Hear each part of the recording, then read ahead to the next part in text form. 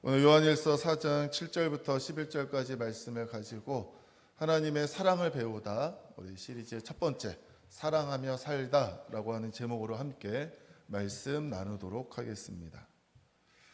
우리의 문화를 잘 담아내는 도구가 대표적인 것이 대중가요라고 생각합니다. 여러분, 대한민국 대중가요의 수많은 노래의 제목들과 가사 가운데 가장 많이 등장하는 단어는 뭘까요? 어떻게 아세요? 그냥 사랑이 아니라 제가 증거를 찾아봤더니 국립한글박물관에서 1920년대부터 2010년까지 대중가요 2만 6천 곡을 분석했는데 그 가사에 가장 많이 나온 단어가 사랑이다. 또 네이버에서 분석한 한국 대중가요 앨범 6천에서도 사랑이 전체 가사에서 43,356회를 등장해서 1위를 차지했다.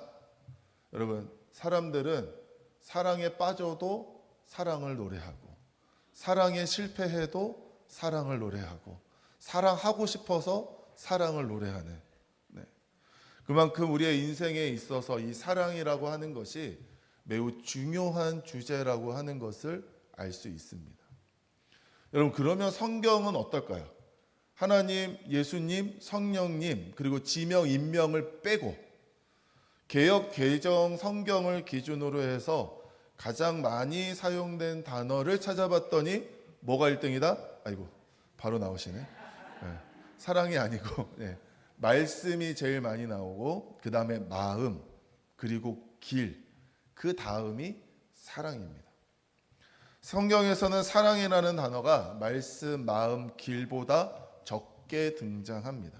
여러분, 그러나 말씀은 사랑을 전하기 위한 것이고, 마음은 사랑이 머무는 곳이고, 우리의 길은 사랑이 걸어가는 길이기 때문에 성경 전체가 사랑의 이야기, 성경에서 제일 중요한 개념은 사랑이라고 하는 것을 알 수 있습니다. 성경에서 이렇게 이야기합니다. 고린도전서 13장 13절 말씀에 보면, 그런즉 믿음, 소망, 사랑, 이 세 가지는 항상 있을 것인데 그 중에 제일은 뭐다? 영원토록 변치 않을 개념이 믿음, 소망, 사랑인데 그 중에 제일은 사랑이다. 예수님께서 율법을 요약하며 핵심을 전하시는 내용도 보면 하나님 사랑, 이웃 사랑입니다. 그만큼 사랑은 성경에서 가장 많이 쓰인다고 할 수는 없지만, 그러나 가장 중요한 개념이라고 하는 것을 우리는 알 수 있습니다. 근데 이처럼 성경이 매우 중요한데 그만큼 사랑이 우리에게는 매우 어려워요. 사랑은 분명히 내 안에 있는 것 같은데 그 사랑이 상대방한테 닿지 않습니다. 무슨 말이에요? 나는 사랑이 있지만 상대방에게 그 사랑이 제대로 전달되지 않는다는 겁니다. 여러분, 우리에게 익숙한 노래가 있어요. 사랑밖에 난 몰라, 사랑밖에 난 몰라 라고 하는 노래. 그런데 정작 우리는 그렇게 노래를 불러도 우리는 사랑을 모르며 살아갑니다. 사랑밖에 모른다고 이야기하지만 정작 우리는 사랑을 잘 몰라요. 사랑한다고 말하지만 표현하지 못하고, 사랑하고는 있는데 그 사랑이 제대로 전해지지 않습니다. 그래서 오늘 우리가 서야 되는 질문은 무엇이냐면, 왜 우리는 사랑하며 살아야 하는가? 그리고 어떻게 사랑해야 하는가? 오늘 본문은 이 질문에 대한 분명한 답을 우리에게 주고 있습니다. 여러분, 오늘 본문은 사랑에 대하여 우리에게 분명하게 말씀하고 있는데, 사랑에 대한 중요한 몇 가지 명제를 우리에게 알려주고 있어요. 그 첫 번째는 사랑은 하나님께 속한 것이다 라고 하는 겁니다. 여러분, 7절 말씀을 보시면 사랑은 하나님께 속한 것이니 라고 기록하고 있어요. 여러분, 성경은 그 사랑의 출발점을 우리에게서 찾지 않습니다. 사랑은 누구에게 속한 거다? 하나님께 속한 거다. 그러니까 즉 사람은 우리 인간이 만들어내는 감정이 아니라 하나님의 것이고 하나님으로부터 오는 것이 사랑이라고 이야기하고 있어요. 사랑의 근원, 사랑의 기원은 어디로부터냐? 하나님으로부터다라고 하는 것을 우리에게 명확하게 말씀하고 있습니다. 그러므로 사랑은 하나님으로부터 오는 것이다. 이것을 첫 번째로 우리가 기억해야 됩니다. 두 번째로 전하는 명제는 무엇이냐면 사랑은 하나님을 아는 증거다라고 이야기합니다. 여러분 7절과 8절 말씀을 보시면 사랑하는 자마다 하나님으로부터 나서 하나님을 알고 사랑하지 아니하는 자는 하나님을 알지 못하나니라고 말씀하고 있어요. 여러분 성경은 분명히 이야기합니다. 사랑은 하나님을 아는 증거다. 우리가 하나님을 안다 이야기하면서 하나님을 믿는다 이야기하면서 우리가 사랑하지 않으면 하나님을 아는 것이 아니라는 겁니다. 내가 분명히 하나님을 믿는다고 이야기하면서 나에게 사랑이 없다? 내 주변에 사랑을 전하지 않는다? 그 믿음은 잘못된 믿음이라는 거예요. 왜요? 하나님은 사랑이시기 때문에. 여러분 8절 말씀에 하나님은 사랑이시다라고 분명히 말씀하고 있습니다. 한번 따라하겠습니다. 하나님은 사랑이십니다. 여러분 하나님은 그 자체가 그 본질이 사랑이시기 때문에 하나님을 아는 사람은 그 삶에 하나님을 아는 분명한 증거가 사랑으로 나타나야 돼요. 사랑은 선택이 아니라 하나님을 아는 사람의 자연스러운 열매다라고 하는 것을 알 수 있습니다. 그 다음 사랑은 하나님의 나타나심입니다. 여러분 9절 말씀에 보면 하나님의 사랑이 우리에게 이렇게 나타난 바 되었으니 라고 이야기하면서 하나님의 사랑은 그저 보이지 않는 그런 사랑이 아니라 하나님의 사랑은 우리 가운데 분명히 또렷하게 보여지는 것이라고 이야기하고 있어요. 그러면 그것이 어떻게 드러났느냐? 9절 말씀에 보면 하나님이 자기의 독생자를 세상에 보내심은 이라고 이야기하면서 하나님이 예수 그리스도를 통하여 우리 가운데 사랑을 보여주셨다. 하나님은 말로 사랑하는 것이 아니라 그냥 느낌으로 전해주시는 것이 아니라 하나님께서는 예수 그리스도를 이 땅 가운데 보내주시고 그 예수님이 십자가에 달려 돌아가시는 일을 통하여 하나님의 사랑을 우리 가운데 확증해 주셨다는 거예요. 믿으십니까? 하나님의 사랑을 믿으십니까? 보이지 않는 그 사랑이 예수 그리스도를 통하여 우리의 눈에 보이게 되었고 느끼게 되었고 체험하게 되었다고 하는 거죠. 그러므로 하나님의 사랑은 말이 아니라 예수 그리스도의 십자가를 통하여 분명히 드러났다, 나타났다라고 하는 것을 알 수 있습니다. 또한 사랑은 하나님의 먼저 오심입니다. 여러분 10절 말씀에 보면 사랑은 여기 있으니 우리가 하나님을 사랑한 것이 아니요 하나님이 우리를 사랑하사라고 말씀하고 있어요. 여러분 사랑의 방향을 이야기하고 있습니다. 사랑은 내가 먼저 시작한 것이 아니라 하나님이 먼저 시작하셨다는 거예요.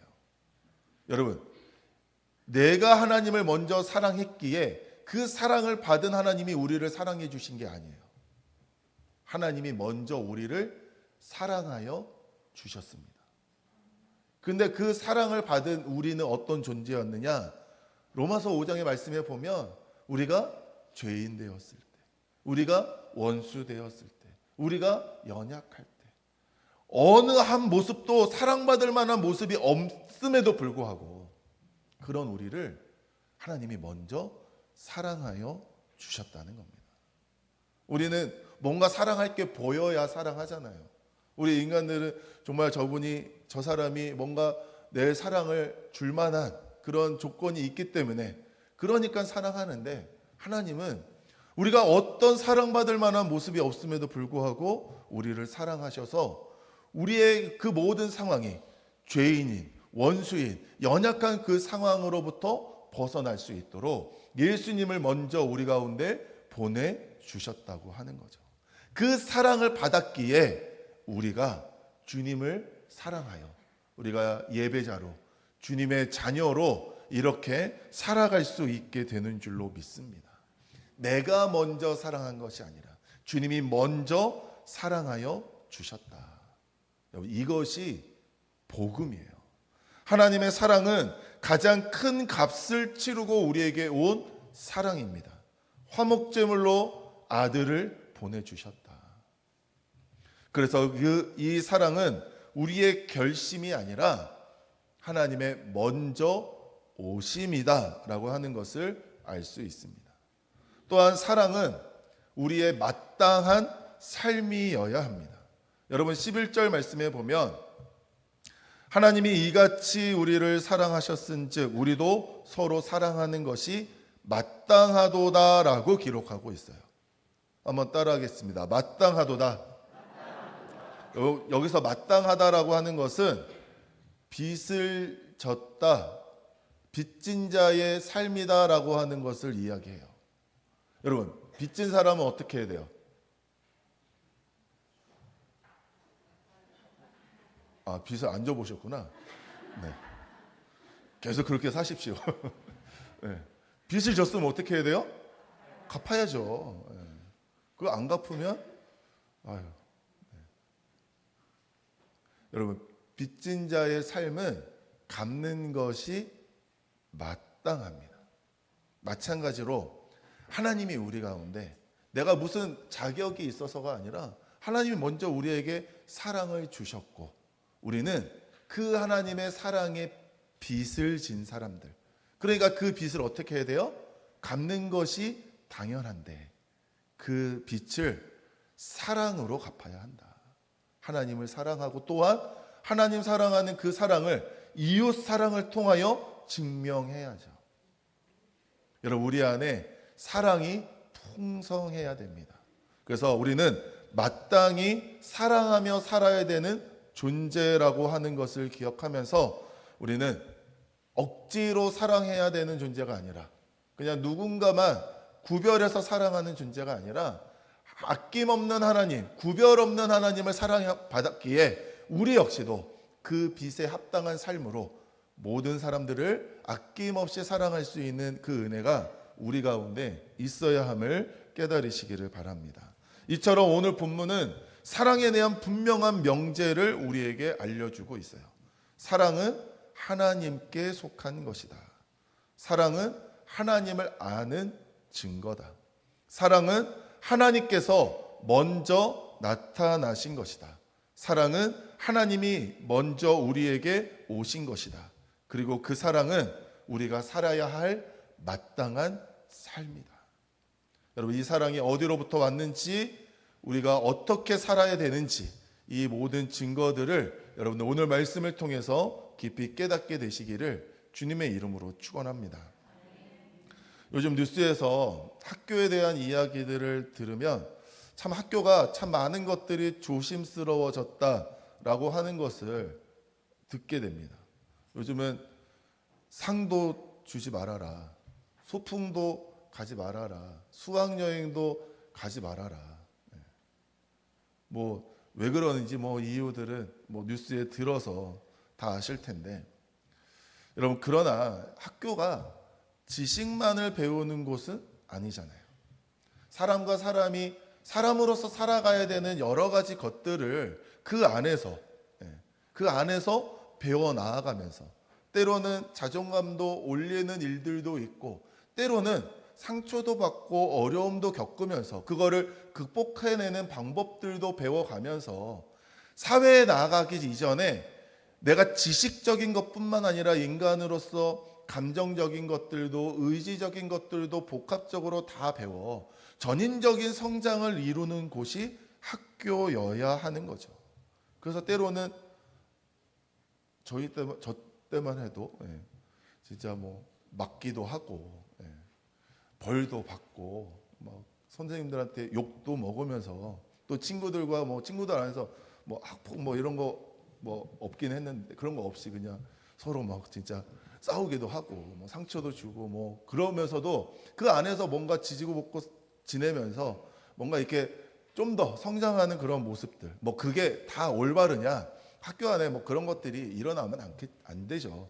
그러나 때로는 우리가 이제 상을 받고 학교 그다음에 수학여행 소풍 당연히 그때 누려야 되는 것들을 누리며 살아가는 일들이 그 성장에 있어서 필요합니다. 그래서 학교는 우리의 삶을 배울 수 있는 공간이어야 되죠. 그리고 우리가 배워야 되는 삶의 내용에는 분명히 사랑이 있습니다.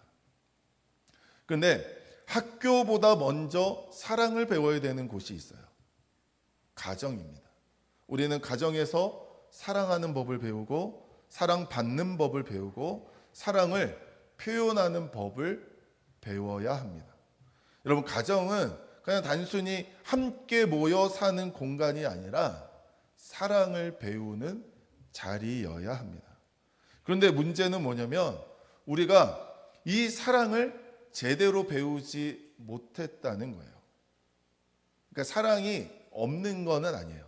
분명히 우리 안에 사랑은 있는데 그 사랑을 제대로 전달하지 못하고 있다는 겁니다. 전달하는 법을 못 배웠다는 거죠. 사랑하는 방식이 서로 달라요. 사랑에 대한 생각이 서로 다릅니다. 분명히 같은 마음으로 사랑은 하고는 있는데 사랑의 방식이, 표현하는 방식이 다르기 때문에 그로 인하여 어떤 사람은 사랑받지 못한다라고 느끼고 또 어떤 사람은 그런 태도를 보고 나는 분명히 사랑하는데 사랑을 못 느낀다라고 서운해하고 그런 관계 안에서 가정에 사랑이 없어지는 모습을 보게 됩니다.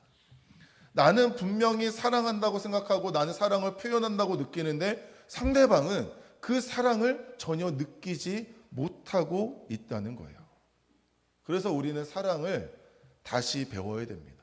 어떻게 사랑해야 되는지를 우리는 알아야 돼요.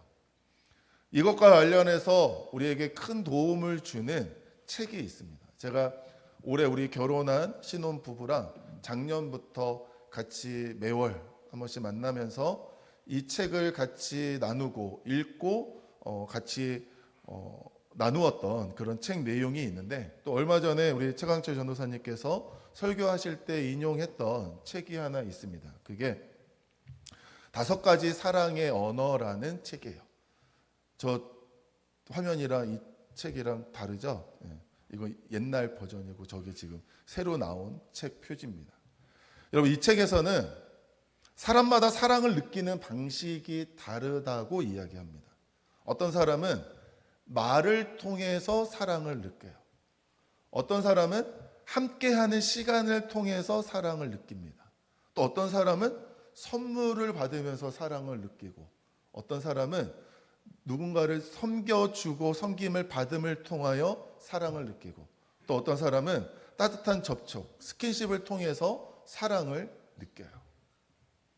사랑을 하지 않는 건 아닌데 서로가 느끼는 사랑의 방식, 또 표현하는 방식이 다르면 그 사랑의 다른 언어 때문에 서로 사랑을 느끼지 못한다는 거예요.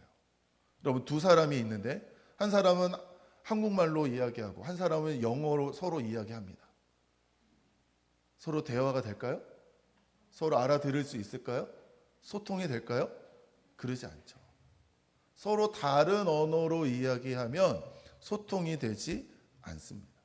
마찬가지로 나는 사랑을 표현할 때 어떤 것으로 표현하는지를 내 언어를 알아야 되고 또한 저 사람은 그 사랑을 어떤 언어로 표현하고 있는지를 알아서 내 것을 잘 표현해주고 또 그 사람의 것을 잘 이해해서 그 사람이 들을 수 있는 방식으로 사랑을 표현해주는 이 일들이 이루어지게 될 때에 사랑의 언어가 같이 잘 어우러져서 그 사랑이 전달되어진다. 그 사랑의 언어가 소통된다라고 하는 것을 이 책에서 소개하고 있습니다. 그래서 뒤에 보면 그 자기의 사랑의 언어가 무엇인지를 체크할 수 있는 그런 체크리스트도 있는데, 근데 여기에서 중요한 건 뭐냐면, 뭐 제가 여러분들에게 책 소개하고 뭐 책 팔려고 제가 지금 이야기를 드리는 게 아니라, 여기서 우리가 분명히 기억해야 될 건 뭐냐면, 사랑은 어디로부터 온다고요? 하나님으로부터 온다. 오늘 말씀에서 중요한 이야기는 사랑은 하나님으로부터 오는 거라고 말씀드렸어요. 여러분, 하나님은 우리를 사랑하시기 위하여 우리의 자리로, 이 땅으로 오셨어요. 하나님은 멀리서 하나님이 계신 곳에서 야, 내가 너 사랑한다라고 이야기하시는, 하나님의 언어로서만 우리에게 사랑을 표현하신 분이 아니라 우리가 이해할 수 있는 방식으로 하나님은 사랑을 보여주셨다는 거예요. 어떻게요? 예수님을 이 땅에 보내주심으로. 우리와 똑같은 모습으로 똑같이 이 땅 가운데 오셔서 인간의 모습으로, 인간의 언어로, 인간의 삶의 모습으로, 또 인간이 겪을 수 있는 가장 큰 고통인 십자가의 그 죽음의 고통을 통해서 우리가 느낄 수 있는 사랑을 주님이 직접 보여주셨다고 하는 거죠. 하나님은 한 가지 방식으로만 우리에게 사랑을 전하지 않으셨습니다. 말씀으로 사랑하여 주셨고, 우리와 함께 하심으로 사랑을 전하셨고, 우리 가운데 아낌없이 주심을 통하여 사랑을 베푸셨고, 우리를 섬겨주시는 본을 통하여 사랑하셨고, 또 우리를 품어주시는 그 은혜를 통해 우리를 사랑하여 주셨습니다. 즉, 하나님은 우리가 이해할 수 있고 느낄 수 있고 받아들일 수 있는 방식, 그 다양한 방식으로 우리를 사랑하여 주셨다는 거예요. 그것을 이 저자는 하나님의 5가지 사랑의 언어라고 하는 책을 통해서 우리에게 알려주고 있습니다. 하나님이 우리를 어떻게 사랑하셨는가. 그래서 여러분, 5월 한 달 동안 여러분 이 2가지 책을 제가 여러분 추천을 드려요. 꼭 이 책을 한번 읽어보시고, 또 제가 5월 한 달 동안 이 책에 있는 내용들을 여러분들과 매주 하나씩 살펴보며 하나님이 우리를 어떻게 사랑하셨고, 그러면 우리는 어떻게 사랑해야 되는지에 대해서 같이 함께 나누려고 합니다. 여러분, 우리가 함께 앞으로 실천하고 나누고자 하는 이 사랑의 방식은 누군가, 이 저자가 만들어낸 방식이 아니라 하나님께서 먼저 보여주신 사랑의 방식을 우리가 그대로 우리의 삶에 실천하자고 하는 의미예요. 성육신하여 내려오신 그 하나님의 사랑의 방식으로 우리 역시도 그러한 모습으로 사랑을 실천해야 된다. 하나님으로부터 우리가 사랑을 받았기에 그 받은 사랑을 우리도 누군가에게, 특별히 우리 가족들에게, 또 우리 가까이 하는 사람들에게 전하며 실천하며 살아야 한다. 하나님이 우리를 사랑하신 그 방식으로 서로 사랑해야 됩니다. 또 그 사랑은 가정에서부터 실천해야 됩니다. 그래서 오늘부터 6월 첫째 주까지 총 7주 동안 하나님의 사랑을 배우다라고 하는 내용을 가지고, 오늘은 사랑하며 살다, 다음 주는 사랑은 말이다, 사랑은 함께한다, 사랑은 퍼준다, 사랑은 섬긴다, 사랑은 품는다, 사랑하며 살다, 계속이라고 하는 이 7주의 말씀 내용들을 가지고 시리즈로 여러분 함께 말씀을 나누려고 합니다. 부부의 관계 속에서, 부모와 자녀의 관계 속에서, 형제 자매 가족 안에서, 또 믿음의 형제 자매된 우리 성도들 관계 안에서 정말 우리는 어떻게 사랑해야 되는지를, 하나님의 사랑을 배워 그 사랑을 실천하는 기간으로 함께 나아가고자 합니다. 그러면 너는 그렇게 잘하고 사느냐? 제가 이 설교를 준비하면서 참 내가 많이 부족하구나, 많이 반성하고 또 반성하고 또 반성하고 있습니다. 앞에서 이렇게 설교하는 저를 보며 우리 집에서 어떻게 생각할지 혼자 고민하고 반성하고 회개하면서 저도 더 배워가기 위해서 이 말씀을 저부터 실천하기 위해 여러분들과 함께 나누려고 합니다.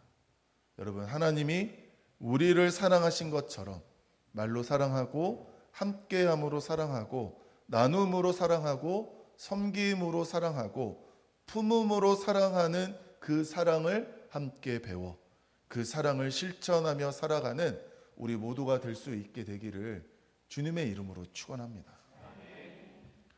사랑하는 성도 여러분, 우리는 사랑하며 살아갈 수밖에 없는 존재예요. 그러나 그 사랑을 우리가 제대로 배우지 못해서 실천하지 못하면 그 사랑 때문에 너무나도 아파하고 고통받을 수밖에 없는 그런 존재입니다. 여러분, 이 사랑이 저절로 될 거라고 생각하시면 안 돼요. 그냥 이 사랑은 그냥 잘하면 나이 먹으면 알아서 될 거다. 그렇지 않습니다. 사랑은 배워야 됩니다. 그리고 표현해야 되고 그리고 살아내야 하는 것이 바로 사랑이라고 하는 거죠. 근데 그 사랑을 우리는 하나님으로부터 출발해야 됩니다. 세상 사람들은 내 안에 있는 것으로 내가 할 수 있는 가장 큰 사랑의 표현을 표현하면서, 그러니까 하늘에 별도 따다 준다 이야기하는 그런 방식으로 내 사랑을 표현하지만 우리 믿는 사람들의 사랑은 다르게 표현돼야죠. 하나님이 나를 사랑하여 주신 그 사랑으로 나는 당신을 사랑하겠습니다. 여러분, 이것이 우리가 표현할 수 있는 가장 큰 사랑의 표현인 줄로 믿습니다. 아멘? 한번 연습 한번 해볼까요? 우리 두 분씩 서로 바라보시고, 두 분씩 서로 바라보시고, 한번 이렇게 고백해 주세요. 하나님이 나를 사랑하여 주신 사랑으로 내가 당신을 사랑하겠습니다.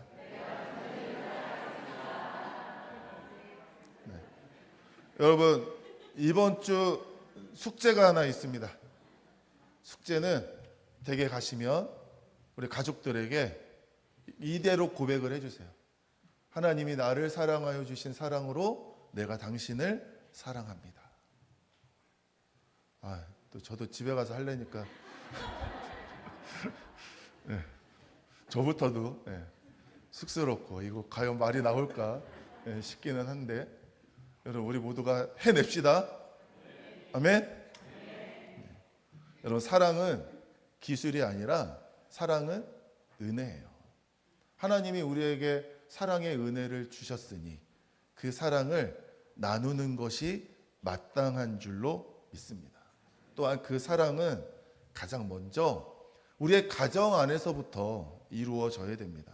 멀리서 사랑하지 말고 가장 가까운 자리에서 가장 익숙한 사람에게 하나님이 나에게 주신 사랑의 방식으로 우리의 가족들을 사랑하는 것, 그것이 마땅한 성도의 삶인 줄로 믿습니다.